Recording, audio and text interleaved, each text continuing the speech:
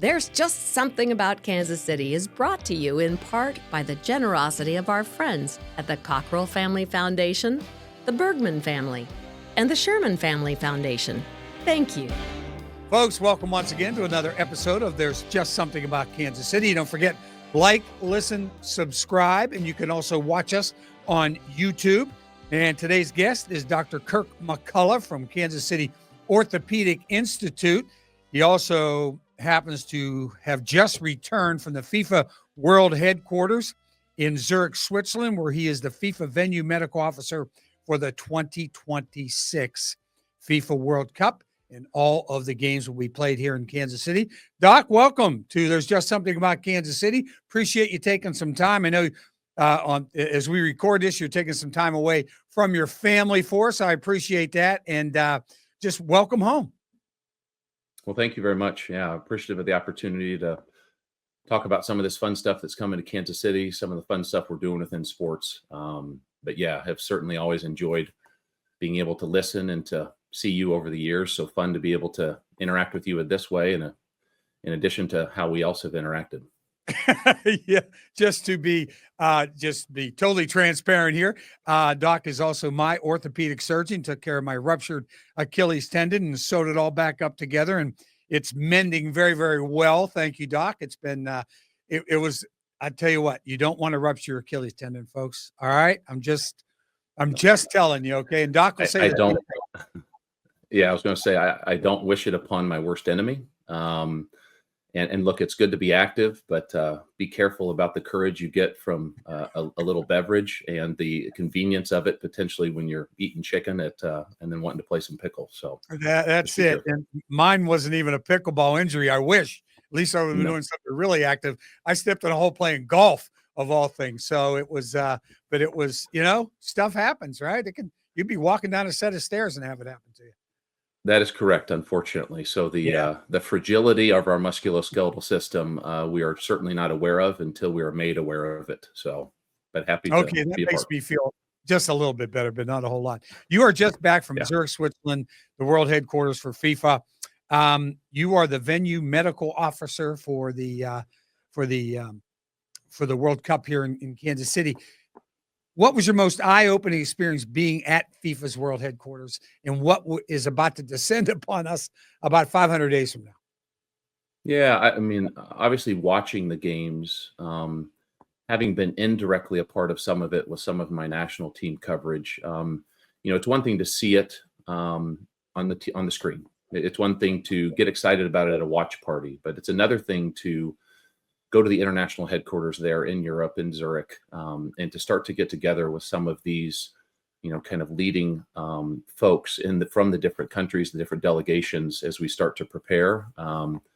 We have the 2025 Club World Cup coming up. So that's the first thing kind of front and foremost for FIFA. But I mean, the preparations are already well in place as we're starting to gather resources to prepare Kansas City for 2026. I'm working with Erica Carney, who is the city director for medicine, as far as all of these fans that are going to descend, and how are we going to manage the volume of people that, while I think some may have an idea, I don't know that the city fully grasps yet as it relates to just the general populace. But this is going to be a very unique and probably once in a lifetime thing for Kansas City, and just really excited to be able to work with Erica, work with FIFA, work with the FIFA KC 2026 team to bring this, because I think it will truly be a spectacle, not unlike what many have ever seen. Yeah, and I think the other thing is, if you would happen to host the Super Bowl, say the Chiefs get a dome on the next stadium, they've been promised, if they do, to get a Super Bowl here. Super Bowl's a week. Okay, this is a month worth of having people from all over the world in your city who are cheering for. We'll have one team. This will be their home base, and then there'll be several games played here. We'll have 6 games, including a final. It'll be sort of, it's going to be amazing. I actually, at this point, our understanding is we may end up having 3 different country delegations that will be spread out throughout the region. They will use this Kansas City region as a home base. So that being probably Lawrence, the University of Kansas, as a place to be able to train and practice. with what the Longs have built with the KC Current practice facility, which certainly meets a FIFA standard, which is great. And then also where I have trained with both sporting and with U.S. Soccer out at our training center out there next to our stadium, Children's Mercy Park. The Compass Minerals Park will also be, and training center will also be one of the places where another delegation will train as well. So that's 3 different countries that will fly back and forth to their various games, but come back here, base here, and then ultimately hosting that quarterfinal game, which not many venues got an opportunity to do. I mean, it will truly be an amazing mass of people that will, come in and leave, and just will be very exciting. Yeah, it really will. And just to let people know, how this all come about? Was it all with the United States men's national team, with being the CMO also of Sporting KC? I know you also handle the KC Current. It's just, how did you get to be the chief venue, the chief venue medical officer for the FIFA?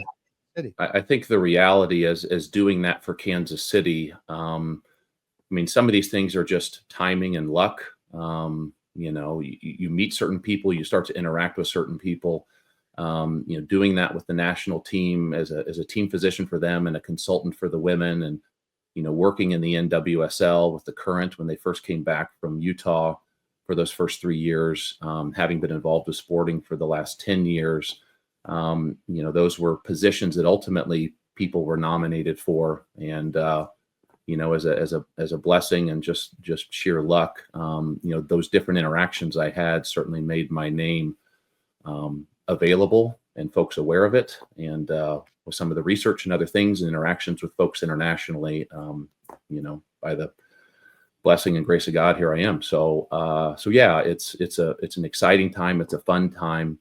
And knowing that our team, as far as the U.S. national team, is going to be in great hands with the longstanding care from Bert Mandelbaum and crew and George Chiampis. They will be based in LA, so that will be perfect because that's where they all base anyways, and they're from.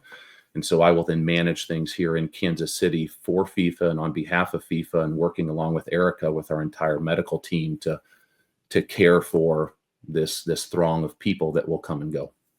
Yes. So what would duties be if, we'll say, somebody other than a United States player gets hurt? Okay, he sprains his ankle, he, God forbid, ruptures his Achilles, whatever happens to him. What is the process then? Because I know they probably all have their own medical teams, correct? They do.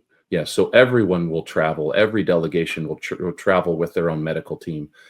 FIFA will actually have a match doctor that they have trained along with me that will cover every game as well. I will simply serve as a local expert and liaison and a pathway generator for when folks have things. Where are we going to do it? How are we going to fix it? Who's going to facilitate it? Do we have the ability for the delegates and the physicians that have traveled with their team to manage that on their own? Do they need assistance? Do they need assistance from a musculoskeletal provider such as myself, or do they need an ENT?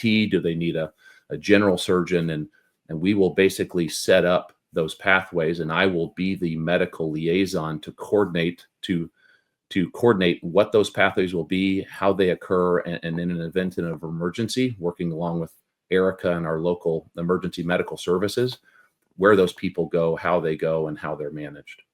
Yeah, there's a lot of moving parts here in a situation like this, aren't there? Absolutely. Yeah. Yes. So it takes a lot of coordination. And I think also a big thing for you, this is your hometown. And so there has to be a tremendous amount of hometown pride for you to have, been designated with this from FIFA and with everybody in the organization. It just has to be, like you said, dream come true. And you say blessed, you're a very humble guy, I know from knowing you, but it has taken a lot for you to get to be sitting exactly where you are. Yeah, certainly appreciative of all the people that I've interacted with and folks that have trained me like they have. Particularly Bob Anderson, who I've worked with extensively in the NFL. Certainly came here to Kansas City and worked initially with the Chiefs with the idea that was going to be kind of the long-term play, but, different relationships exist and change and do that. And did not envision that I would be a soccer team physician, much less someone, in charge of different things or working with the national team. But, as you had alluded to before, God's plan is his plan. And my understanding of that in a certain moment may change. And I may think I have a grasp on it, but just continue to try to work hard, keep my head down, continue to learn, continue to grow. And, ultimately being back here, being able to take care of whether it was teachers from Aquinas, whether it's folks like you that I grew up watching on TV. That's what makes this really fun. The stuff in the, that you're maybe on TV and that kind of stuff, that's interesting. But in the end, caring for people that that you can take a difficult situation in their life and give them the opportunity to be able to get that back. I mean, that's the reward here. The other stuff is just, kind of fun and cool things to share with young boys and my daughter that are growing up that maybe think it's cool, but in reality, most of them could care less about soccer. So I don't know that they even truly appreciate some of the stuff that's going on. But for you too, I think, your dad was a doctor here, Yes. obviously. And, your dad and mom, you're the oldest of 6 kids. You were the responsible one. I don't know who number 6 was, but that's probably the brat of the family. Okay. Cause I was the youngest. I know exactly how that works. Yeah. But, your dad, the work ethic, your dad and mom, and just the way they raised you here in Kansas City. You were in North Kansas City, then you moved to Leawood, Curé of Ars, and St. Thomas Aquinas. So pretty interesting upbringing for you. But I think dad had a major influence on you, didn't he? Yeah, no, absolutely. The funny thing about it was, interestingly, dad wanted to make sure that it was completely my own. He pushed me out of medicine. I mean, it's part of the reason why I initially went to the Air Force Academy. One, because I wanted to play Division I basketball, but two, even though it's not the Navy and the true Top Gun experience, I was a young man when Top Gun came out, and whether it's watching the movie or playing the Nintendo game, thinking about the idea of being a pilot was not too shabby of a consideration. So the pursuit of aeronautics and the ability to be a pilot was what drove me initially to the academy. But having my second of 3 knee surgeries out there, was another kind of nudge to where it was like, hey, maybe there's something different for you than that pursuit.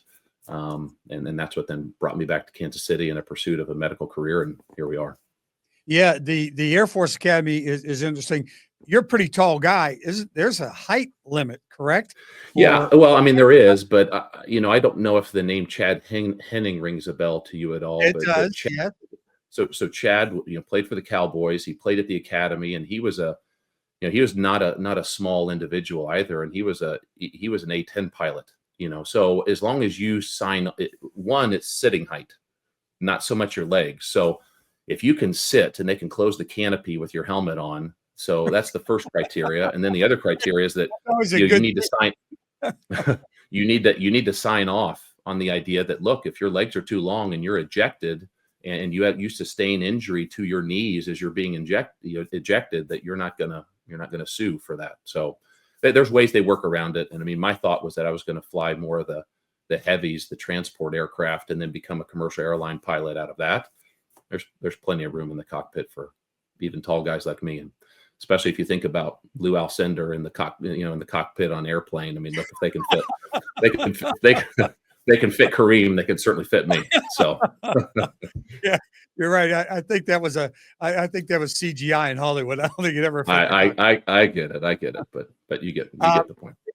Yeah, and for you played high school basketball at St. Thomas Aquinas. You're also a proud member of their Hall of Fame. Congratulations! You're inducted into their Hall of Fame there. I think it was probably as a complete credit, and not to discredit all the other athletes. I would not say that was because of athletic prowess throughout my 4 years at Aquinas. Now, my sister, I think, would probably be a very different kind of definition of success as it relates to that, but was certainly appreciative of that honor when they gave it to me. Yeah. So you go to Air Force Academy, you're going to play basketball, you're injured. My nephew went to Air Force Academy. So he told me, he said, you go your first 2 years before you enter your junior year, you have to make a decision on whether you want to stay or not at the academy. And you have to go through a procedure as far as that's concerned, because I know if you go through an academy, whether it's United States Military Academy or Naval Academy or Coast Guard, once you graduate, you owe them X amount of years in service to pay back for your college education, correct? So at the end of your sophomore year, that was a pretty there's a pretty big decision to make that it just wasn't going to happen at Air Force Academy.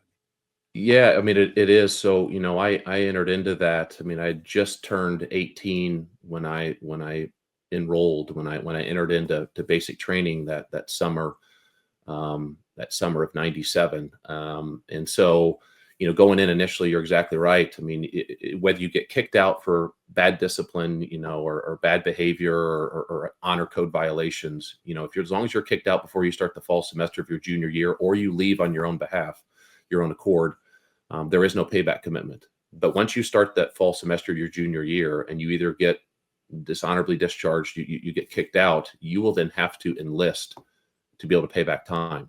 Now, once you graduate as a second lieutenant. So, it's 5 for 4 for the 4 years at the Air Force Academy, 5 years, but then it's 10 years if you go through undergraduate pilot training, which is the pilot training path that I was on. Or if you look at doing something like a medical health professions route, depending upon what that training is, it will be even more. So for me, what I was looking at to be able to do medical school, which I was on path for and was fine, but then the considerations of something which I want to do, which is orthopedic surgery. All right, well, where do you do it? How do you do it? And then if you want to be someone like a sports medicine doctor or a foot and ankle surgeon, that requires secondary training even beyond that. And when the Air Force, when the U.S. government has put that type of money into you, there are no guarantees of being able to choose where you do that, when you do it, and how you do it. And at least with my health professions advisor, there was too much ambiguity there to be able to pursue that path. And so that summer after my sophomore year, I chose to be honorably discharged. And so thankfully, the Judge Advocate General, Colonel Marty Jane, and I sat down for a while and talked about it. And he was a Midwest guy and he understood it and he gave me an honorable discharge. And I came home and here we are. Yeah. And so your decision in coming out, you still have to go to school. So you have to make a decision. Correct. And I know you end up at William Jewell and on that path and has carried you here. Was there any other consideration? I mean, there were considerations as to, what's in state. Like if I know I'm trying to come home, like how am I going to be able to get this pathway and try to make it the least financial burden possible? So being a Kansas resident, and I maintained that residency even while I was at the academy, being able to go to KU for medical school made a lot of financial sense. I think it made a lot of professional sense. It's where my dad had gone to med school as well. So I started to look in the region as to who's going to accept my academic credits to date, because they certainly were a good number of them. The academy does not allow you to just kind of float by. So I had a lot of credits, but the question was going to be who was going to accept most of them, because some of that was military training. Some of that was things that were not necessarily going to fit into a health professions pathway. So I looked at Rockhurst and I looked at K-State and I looked at Jewell and I looked at KU. And I mean, frankly, there's no way I would have played basketball at KU. I might have been a walk-on at K-State, but Larry Hawley was the coach there at William Jewell, and I sat and talked with him for a while, in addition to Coach O'Connor at Rockhurst. And Jewell was kind of the best fit as far as how they would accept my credits, how they would be able to have a really good kind of pre-professional training going into med school. And Larry was gracious to give me a scholarship to minimize some of that financial burden of that, and that's what happened. Yeah, Larry Hawley, a wonderful man. God bless him. Yeah, looking down, absolutely. I saw he was one of the most incredible people I've ever met. And if be in pre-med as you were at William Jewell, there's all those afternoon late labs for biology, whatever else is involved. So he gave you that opportunity to take that time. He did. So it was he and then Lee Carricker. Lee Carricker was my assistant at the time. And then when Lee unfortunately passed, it ended up being Jan Handley, who I've now interacted with as he's continuing to coach in the area. And they were very gracious, because not all basketball programs have the understanding of what the rigors are for chemistry labs and biology labs that I'm going to need to be able to keep the direction for why I left the academy going. And they were very gracious to afford me that opportunity and not hold that against me as it related to the hardwood participation playing basketball. And you were an academic All-American twice, I believe.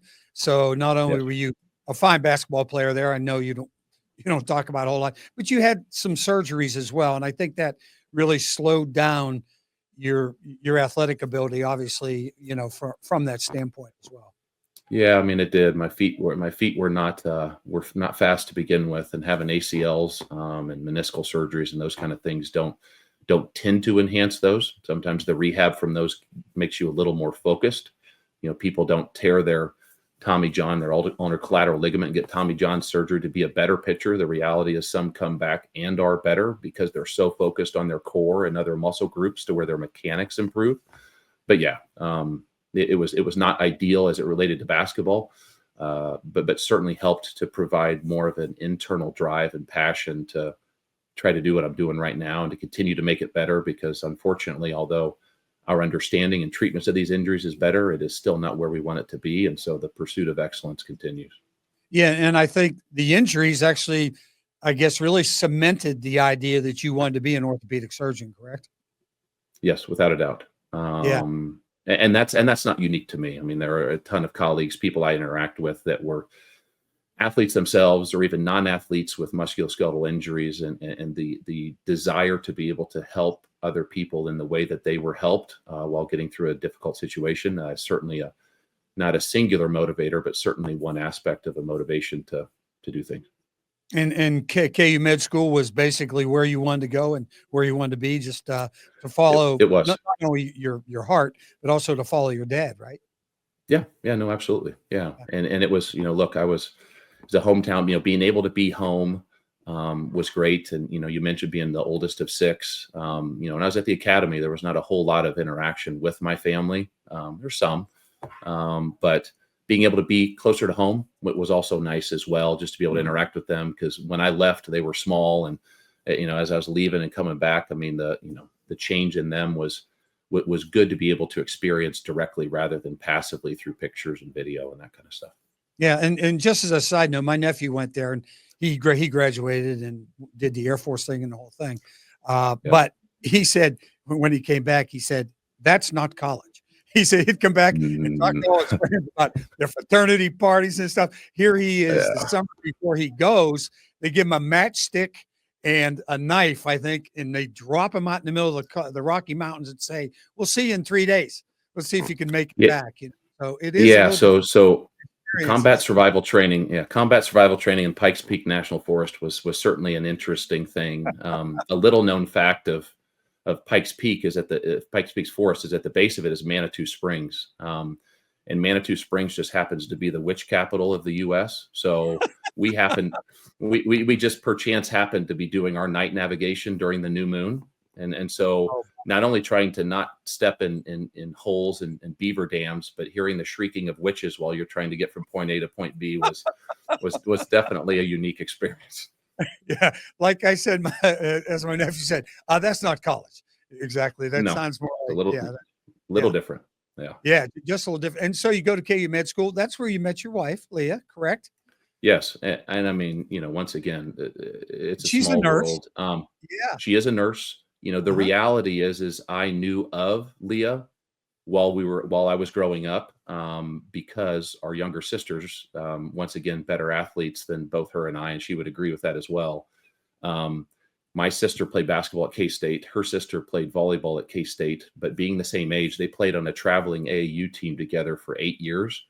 So our families were interlocked from a very early age. The reality is when I was a senior and she was a freshman in high school, she was a little bit of a forbidden fruit. So I might be able to kind of look over the fence and see something interesting, but that was maybe not appropriate at the time. But once you get into professional training, the 3.5 year difference becomes a much smaller gap. Yeah. You don't think about it as much there. Right. This was not an arranged marriage, right? I think it probably depends on who you ask. But certainly there was a mutual interest and a cooperative kind of consideration between our parents. But the flame was what it was. And so seeing her and interacting and saying, "Hey, if you ever want to go out, let me know." The funny thing about that is saw her working out, and so we interacted briefly. "Hey, love to chat. Here's my number." And I had reached out to her prior to that, but had gotten, kind of a complete, radio silence, nothing else. So, interacting with her and saying, "Hey, just let me know I'm around." And so, one thing led to another, and here we are. Yeah, well, you might have pursued it just a little bit harder than that, Yeah. Doc. Okay, you know what I mean? Yeah. Yeah. You Yeah. don't Yeah. leave the Yeah. ball in their court a whole lot. All right. Right. Right. Yeah. Right. Yeah. So her But yeah, being but no, a it's good. nurse, I think has Yes. really helped her understand what you're going through. And there were times when, you got out of KU med school and now all of a sudden you're pursuing your specialty and you're having to go places like, at Vanderbilt, Nashville. You have to go to Ortho Carolina in Charlotte. You end up at the Cleveland Clinic in Cleveland. You're all over the place, dragging dragging Leah with you. And that's a tough road. Yeah. I mean, it is. So, I mean, it's been a significant blessing having her in my life because, yes, I mean, she had the perspective, having been a nurse, of what the demands are, but whether it was the demands of initially of med school, certainly the demands of residency, where being on call, particularly at Vanderbilt, where we're covering the VA hospital, the main ER there at Vanderbilt, and the Vanderbilt Children's ER. I mean, there would be, significant gaps of time where we wouldn't really interact with each other. And, she's in a city where, other than her ability to commiserate with the other, significant others of other residents, that's isolated from her family. And then the gratitude and the helpfulness she created when we went from Nashville, traveled to Charlotte for a year. And most people will do a residency in a single fellowship, not two. But the idea that we have to uproot them from Charlotte and go to Cleveland to do another fellowship, has certainly been a blessing. And then coming to Kansas City, yeah, it's been great to have family. Her family's here, my family's here, but still, I mean, there are demands that are placed where she is doing a lion's share of the getting kids here, getting kids there. For any health professional and someone who's married to a health, or in a relationship with a health professional, they understand that the demands are different. Everybody has demands. Their jobs are different. I travel some, not a ton, but still the absence from things, and her ability to kind of step up in that absence was certainly a blessing and continues to be one. Yeah, and I think even when you went to Zurich, even though it was for a short period of time, she did not go. No, Probably would have been a place maybe she wanted to see, but you have 4 children. no, There were a lot of demands here at home to stay right. home and try to take care of that as well. That is there's a lot of sacrifice there. Yeah, 100%, 100%. And look, it's a team effort, just like it is, whether it's, teaming up for these teams or these other things as it relates to the McCullough household here in South Overland Park. It's a team effort. And, I'm very appreciative of everything she has sacrificed to make that happen. Yeah, and you wanted to give back in your profession, and you are certainly doing that. Let's talk a little bit about um, knee injuries, ankle injuries, where everything is now. I think I have a couple of stats here. 1.5 million athletes suffer, some sort of ACL injury while they're playing. And we're talking about basketball players and football players, and we're talking also about lacrosse. There are a lot of other, turf sports where it happens, and you are in the process of developing new shoes, which I find extremely interesting, and going above and beyond exactly just going into surgery and fixing somebody's injury, but coming out You know, and thinking about it and going, something, isn't there something more we can do? So talk a little bit about that. I know we're going to talk about the Caddx shoes and the Andium shoes. One's yeah. for the Caddx shoes are for football, soccer, lacrosse, etc., the turf sports, and the Andean shoes are for basketball. So talk a little bit about the turf shoes first. Explain exactly what's going on with the turf shoes. Yeah. So folks have probably heard a lot of the considerations about various surface types. FIFA has come out and been very, very clear about their strong considerations and preference for natural grass. And so if you look at the Premier League, for example, played in Europe, that, all of those surfaces are natural. The reality becomes is that, granted, that's great for games, but where is training, and what are the considerations for where all these athletes train? And there are certain environments where it rains a lot, where sometimes it's just hard to maintain a good natural surface. But this is all stemmed from a lot of that, where initially it was, what are the surfaces we're playing on, and how do we manage that? And then looking at it from a shoe wear standpoint, most of it in general over the years has primarily looked at performance. It's looked at the considerations of traction, because an athlete as they're trying to make a cut, they're trying to backpedal, they're trying to perform some type of athletic maneuver, don't want to have their feet slide out from underneath them or slip and fall. And so the key then has been with most shoe wear development as it relates from the shoe wear industry has been on, okay, what's the feel, what's the fit, and what's the traction to allow for the best performance. In mentioning some of those discussions and the work I've done with Bob Anderson over the years is, I became involved with the NFL Foot and Ankle Committee as a subsidiary and a subsection of the Musculoskeletal Committee, now almost over a decade ago. And, there wasn't a whole lot of considerations as to what was going into shoe wear as it relates to someone independently looking at this. Nike, Adidas, Under Armour, they were all doing things within their own individual silos and corporate conditions as to what they were trying to put out as a product that would gain market share.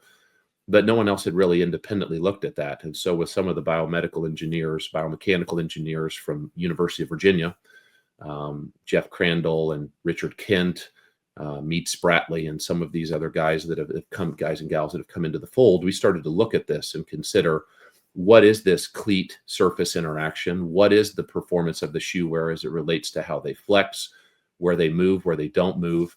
And then started to take a very critical analysis of that in the same way that those Virginia biomechanical engineers had initially been purposed by the National Highway and Traffic Safety Administration to look at airbags, which is where they first had done a lot of their funded research. And so we started to do that and look at shoes and start to understand what cleat characteristics created problems, didn't create problems as far as potential injury risks. And then from that, then started, different publications we had put out. And then from some of those publications, there were some considerations for independent innovation as it related particularly to cleats. That's where I first got introduced to Jack Rasmussen, who, once again, it's a small world, but was a football player at Missouri Western, just in St. Joe, and reached out to me and talked about an idea about a cleat consideration and what we could potentially use to try to manage these types of things. And one thing led to another, and that at least led to this consideration of this Caddx cleat, with the idea that while the back, as you may be able to see it, is a fixed standard molded cleat just for the heel, that with an innovative technology as it relates to the forefoot, the front of the shoe, that you can create a cleat that has the ability to rotate and to subtly move side to side, so that if it engages the surface and engages it in too efficient of a manner to where it won't release, the cleat stud can subtly move a little bit and allow the cleat to release from the surface, so it doesn't propagate some type of injury load up the leg, whether it be through the ankle or through the knee. Yeah, it sort of collapses, not doesn't totally collapse, but the easiest way. It just subtly shifts just a little to allow for the cleat to release from the surface. Right, just to slide along the surface instead of when you jam that foot in to make a cut, no matter what turf sport you're playing, jam your foot in to make that cut. It'll release if it catches. If there's too much force, if it catches too efficiently. So one of the tests that we do on NFL surfaces right now is called the Beast test. And so the idea is that it's this cleat plate that above it has a weighted load on it, and it pushes into the surface, and then the machine attempts to rotate. And the ability for that machine to rotate and the ability for it to sense that rotation, it lets us know how much rotational load is required to be able to allow it to definitively shift.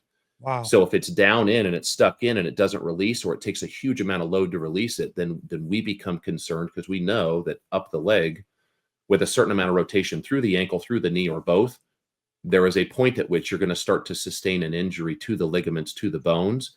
And any way that we can minimize some of that stress through the surface cleat interaction, rather than having it go up the leg, the less or potential lack of a potential injury we can possibly create. Right. Are there different shoes for different size guys? Like, say, different release points for certain guys, like your big offensive lineman or whatever, compared to, like, say, there are not different release points as it relates to how those cleats will release. They all release in the same manner. You Okay. wouldn't say that, hey, because I'm a down lineman, I want to have one that's more rigid compared to, hey, I'm a what we say, a performance person. I'm a wide receiver. I'm a defensive back, and I need to have it, to give a little bit so I don't get a high ankle. But certainly some of the width, as it relates to how we support the fifth metatarsal, the height as it relates to, do I want to have a mid? Do I want to have a higher one? There are some of those considerations. Yeah, right. And just to let everyone know, you won the NFL Art Reddick Award for your research into the Liz Frank injury, which is a sprain of the foot. I don't want to get too deep into the weeds here, but it's a it's a bad injury for an athlete. It can keep them out for a long period of time, if not ruin their career. So that is, Correct. that was big as well.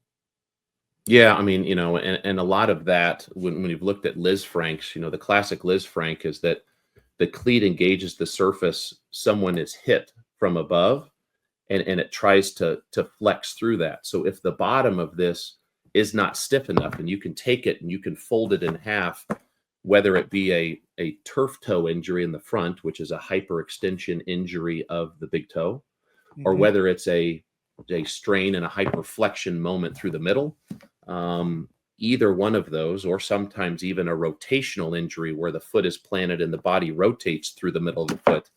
Any one of those can be a potential ligament injury to the foot. Yeah. And so that's where the nature of how the shoe is made, how the cleats engage, is it supportive, but yet flexible enough to allow play? Because otherwise, if we said, well, hey, we want to prevent all injuries, what we're going to do is we're just going to put a steel shank on the bottom of this. We're going to have some cleats that release a ton, but then you can't get up on your toes. So this is a important balance between performance and injury prevention, and it's an art form.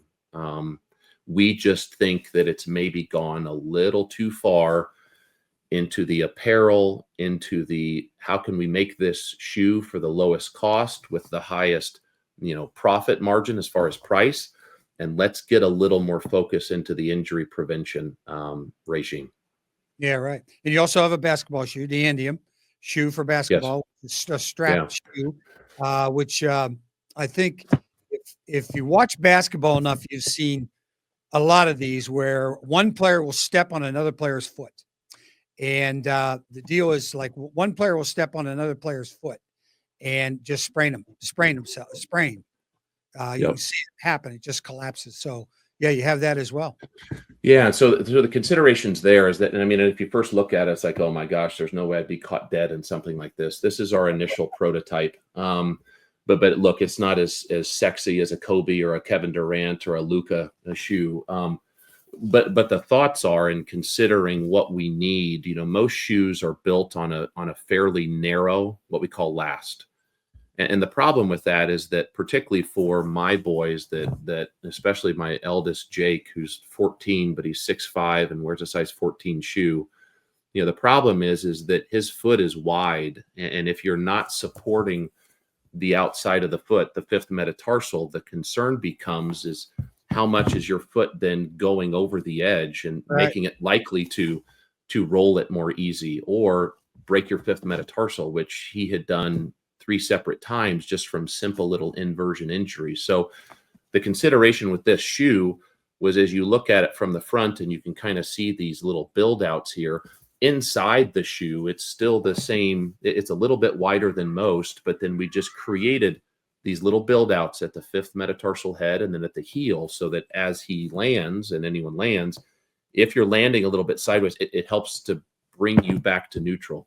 Wow. The other consideration is putting a brace into it, where you can see these straps that are coming across that still let the ankle move as it needs to, still let you move a little, but by building this into this, creating an opportunity to be able to control the heel so that it's harder to roll that inside and out. That's the thought there. And the problem was when he first started dealing with these issues, and I went out to find high tops, the only high tops I could find were the vintage based shoes that folks were wearing to say, hey, I have these old Jordans, but they're purely for a casual and a designer type fashion, not something you could ever play with. Yeah. Most shoes are a low or a mid by now. So if you have any type of ankle issue, you want to prevent ankle issues, you're having to always wear an ankle brace. The idea here is that we incorporate it into the shoe to where the need for an ankle brace is taken away, but it also provides a little bit wider of a platform, so it's more supportive and harder to roll to the outside. Now, is there a performance element to it? There absolutely is. But what we have found in everyone who has worn them, they're lighter weight than they would think. They're protective. They give them a sense of better grip. Almost if you think about a Formula One race car, those type of race cars are not built with tires that are the same width as what we have on our cars. Why? Because of the amount of translational force that is needed to be able to create friction so that they can make a tight turn. I don't know that our feet are a lot different than that. We definitely have the ability to adapt. And certainly all of us have to have good hip and core strength, of which my sons, as they grow, continue to need to try to emphasize. But this is just one element amongst many of trying to help continue performance while at the same time creating injury prevention.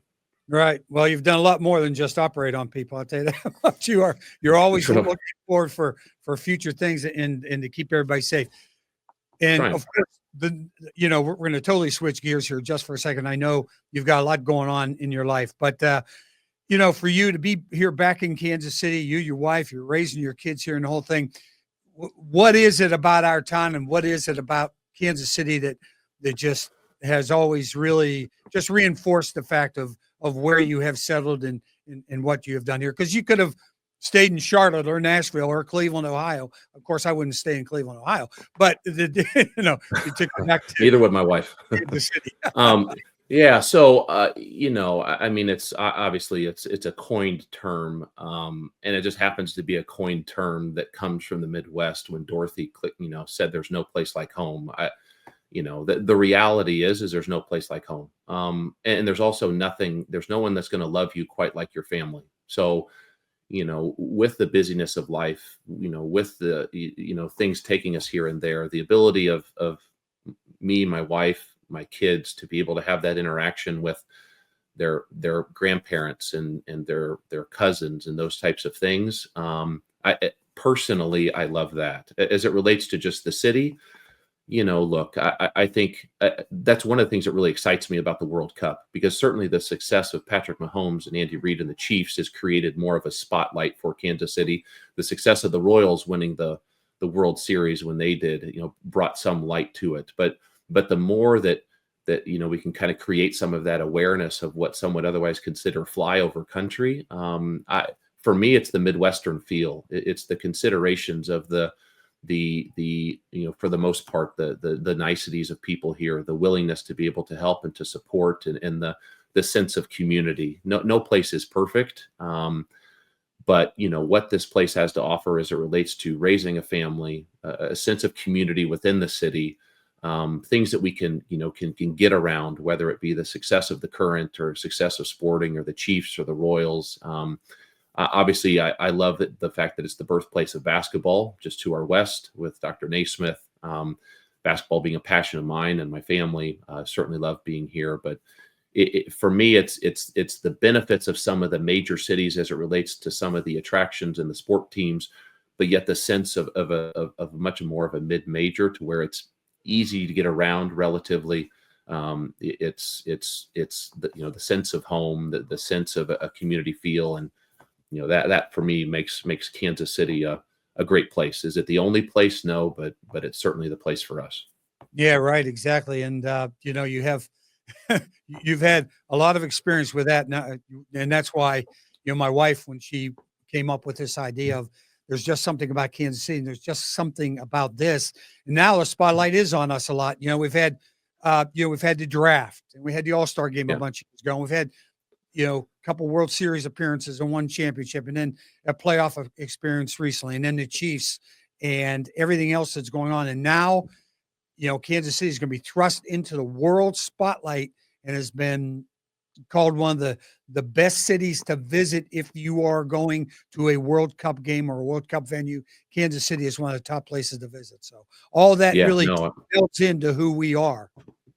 Yeah. No, I think it'll be great. And, and the way that even people that have left, but have kind of poured back into the community, what, Jason Sudeikis and the group has done with all of their philanthropic, all of their efforts as it relates to Children's Mercy in the city. I mean, it's it's not all simply athletics, but yet some of it is certainly tied into that, frequently. But yeah, I mean, I just, Paul Rudd and Jason and crew, I think it's, there are good people that come from here and good people that remain. Not everybody leaves and never comes back. So well, you're one of those good people, Doc. And I really appreciate you from a personal and a professional standpoint. Thanks for taking care of me and everything that I've had to deal with this Achilles tendon, and just continued good luck, and God bless you, your family, or whatever. And you're one of the reasons why we say there's just something about Kansas City. Thanks so much. Thank you again, Frank. Appreciate it.